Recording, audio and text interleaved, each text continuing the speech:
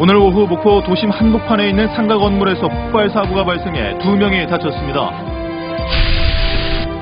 목포 종합경기장 건설 일괄 입찰, 이른바 턴키 발주를 놓고 목포시와 관련 업계가 갈등을 빚고 있습니다. 실제로 위법성이 있는지 MBC가 취재했습니다.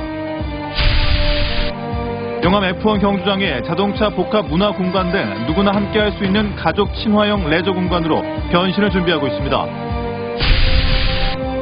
항일의 섬으로 알려진 완도 소환도가 태극기의 섬으로 독립정신을 이어가고 있습니다. 시청자 여러분 안녕하십니까? 3월 7일 목요일 목포 MBC 뉴스데스크입니다. 목포의 한 상가 건물에서 대낮에 폭발 사고가 발생해 남녀 2명이 크게 다쳤습니다. 자동차 공업사에서 쓰던 가정용 LPG가 폭발한 것으로 추정되고 있습니다. 김진선 기자입니다. 상가 내부에서 시뻘건 불길이 밖으로 치솟아 오릅니다. 목포시 산정동의 한 상가 건물에서 불이 난 건 오늘 오후 3시쯤. 자동차 공업사에서 큰 폭발음이 난 뒤 가구점과 세차장 등 붙어있던 상점들로 불길이 번졌습니다. 저 처음에 꽝 소리 나고 연기 막 오르고 거기 젊으신 분이 막 뛰어나왔어요. 막 불이 온몸에 타가지고. 이 사고로 자동차 공업사 직원 27살 박모 씨 등 남녀 2명이 화상을 입고 병원으로 옮겨졌지만 박 씨는 의식이 없는 상태입니다. 소방당국은 목격자 증언 등을 토대로 공업사 내부에서 사용하던 가정용 LPG가 폭발한 것으로 추정하고 있습니다. 관계자 진술로 최초 발화됐던 것은 가스통 하나. 저희가 지나갈 때는 가스통 열애가 있기 때문에 아시다시피 또 열애 의해가 가스도 추가 폭발을 하는 위험이 있었다는 소리입니다. 경찰은 사고 당시 공업사에서 관련 작업이 있었는지를 살피는 한편 내일 국립과학수사연구원과 함께 화재 감식을 실시할 예정입니다. MBC 뉴스 김진선입니다. 지역민들에게 적잖이 애물단지로 여겨져 온 영암 F1 경주장에 누구나 가고 싶어하는 자동차 복합 문화 공간으로 가족 단위로 참여할 수 있는 체험 공간으로 변신을 준비하고 있습니다. 전라남도의 구상과 과제를 고익수 기자가 보도합니다. 2013년 이후 F1 경기를 열지 못하고 있는 영암 F1 서킷. F1 대회는 중단됐지만 모터 스포츠와 슈퍼레이스 챔피언십 등 스피드를 겨루는 다양한 행사는 거의 1년 내내 열리고 있습니다. 그러나 많은 행사 개최에도 주민들의 참여에는 한계를 보이고 있습니다. 이곳 F1 경주장이 자동차 복합 문화 공간과 레저 스포츠 공원 조성 등으로 도민들에게 가까이 다가섭니다. 운전면허만 있으면 누구든지 이용할 수 있는 드라이빙 센터와 안전운전 교육장, VR 체험관은 오는 2021년까지, 드론 연습장은 2022년까지 갖춰집니다. 여기에다 자동차 튜닝 부품 맞춤형 사업과 도시숲 조성까지 추진돼 경기장 주변 활성화를 꾀할 계획입니다. 예, 자동차 복합 문화 단지 조성이 38억, 레저 스포츠파크 조성이 35억, 도시 수비 10억이고 총 83억입니다. 모두 확보된 상태입니다. 그러나 목포와 해남 등 인근 지역에서 F1 경주장까지 가는데 단절감이 여전하고 활성화의 근간이 될 기업도시 조성 사업이 더디게 진행되고 있는 점은 상당 기간 경기장 활성화에 걸림돌로 작용할 전망입니다. MBC 뉴스 소익수입니다. 한국전기공사협회 전남도회와 한국정보통신공사협회 광주전남지회는 오늘 목포시청 앞에서 목포 종합경기장 전기통신소방공사 분리발주를 요구하는 궐기대회를 가졌습니다. 이들은 목포시가 원활한 사업 추진과 일정 지연 등을 감안해 턴키 발주가 불가피하다는 주장은 궁색한 변명에 불과하다며 전기통신소방공사 분리도급 의무화 제도를 이행하고 법을 지키라고 촉구한 반면 목포시는 적법 절차를 지켜 공사를 추진하고 있다고 맞서고 있습니다. 이처럼 목포 종합경기장 건설을 둘러싸고 일괄 입찰, 즉 턴키 발주를 놓고 목포시와 전기정보통신업계가 갈등을 빚고 있습니다. 턴키 발주가 과연 위협한 것인지, 그리고 오는 2022년 전국체전까지 공사기간을 맞추기 위해 필요한 것인지 김현 기자가 취재했습니다. 오는 2022년 10월 목포에서 개최되는 전국체전의 주 경기장으로 사용되는 목포 종합경기장.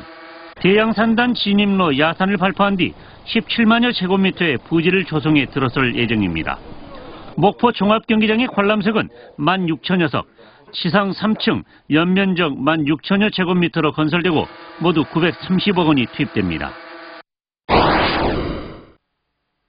목포시와 전기, 정보통신, 소방업체가 맞서는 부분은 턴키 발주의 위법성 여부.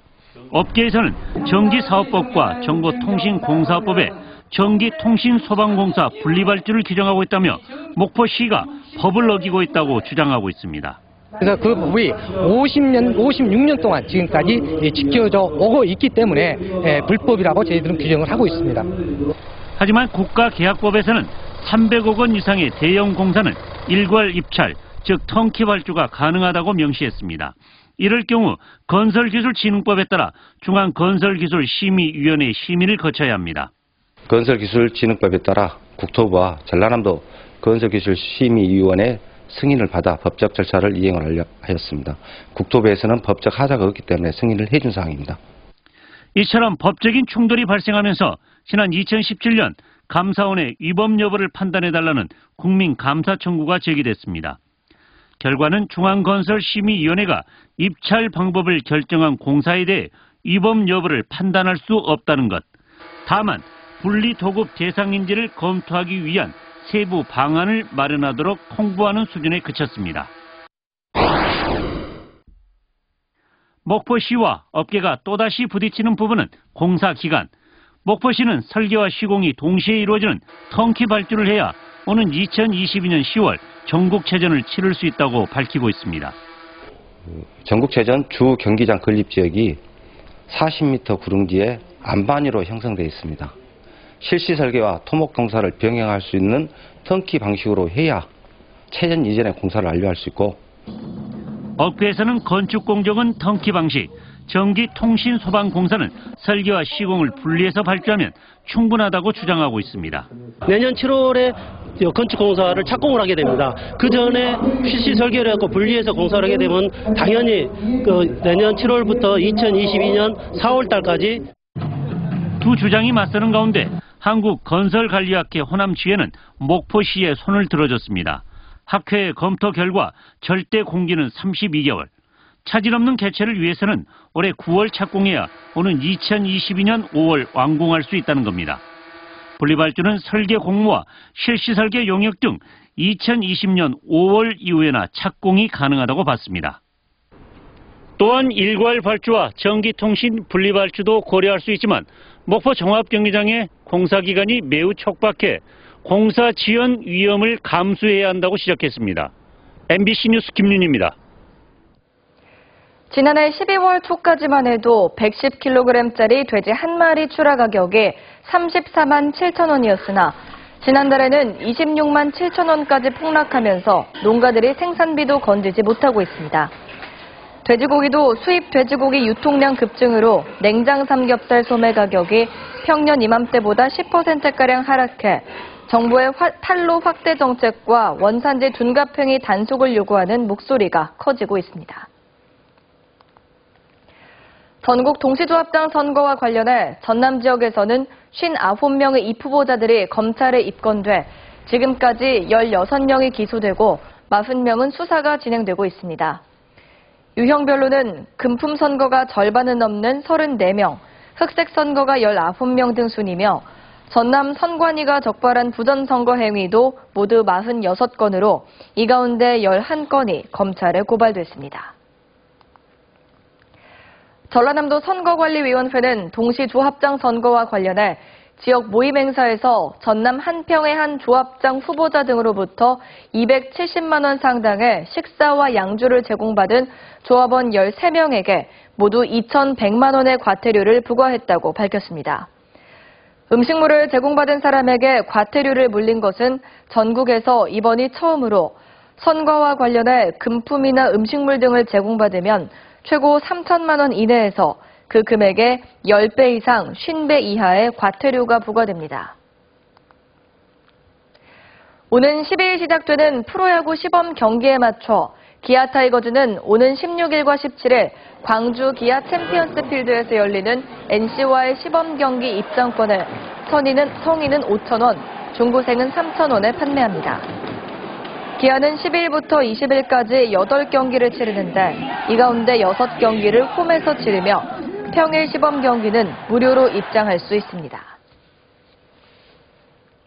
3.1운동 100주년을 맞아 일제강점기에 섬 전체 주민들이 불량한 조선인, 불령선인으로 낙인 찍힌 섬에 관심이 쏟아지고 있습니다. 바로 완도군 소환도인데요. 민족의식이 높은 항일의 섬 소환도가 태극기의 섬으로 독립정신을 이어가고 있습니다. 신광하 기자가 취재했습니다. 완도에서 뱃길로 30분 거리에 있는 소환도. 1,500개의 태극기가 1년 내내 나부끼는 태극기의 섬으로 불립니다. 소환도의 항일투쟁은 1905년 매국노 이기용을 상대로 토지 반환운동을 펼치면서 시작돼 1909년 당사도 등대 습격 사건으로 전국에 알려졌습니다. 10년 뒤 3.1 만세운동 때는 고 송내오 선생 등의 주도로 완도 만세운동에 주력이 됐습니다. 1927년 자라나는 세대에게 독립의식을 심어주던 사립소환학교를 일제가 폐교하면서 소환도 주민들의 봉기는 절정에 달합니다. 소환도 주민 800명이 사립소환학교 폐교를 반대하는 탄원을 실명으로 올리면서 소환도는 일제에 의해 불령선인의 땅으로 불리게 됩니다. 일제강점기 내내 독립운동의 중심이 된 소환도. 독립운동 지도자만 89명, 이 중 20명이 건국훈장을 받은 소환도는 부산 동래, 함경도 북천과 함께 항일운동 3대 성지로 불리고 있습니다.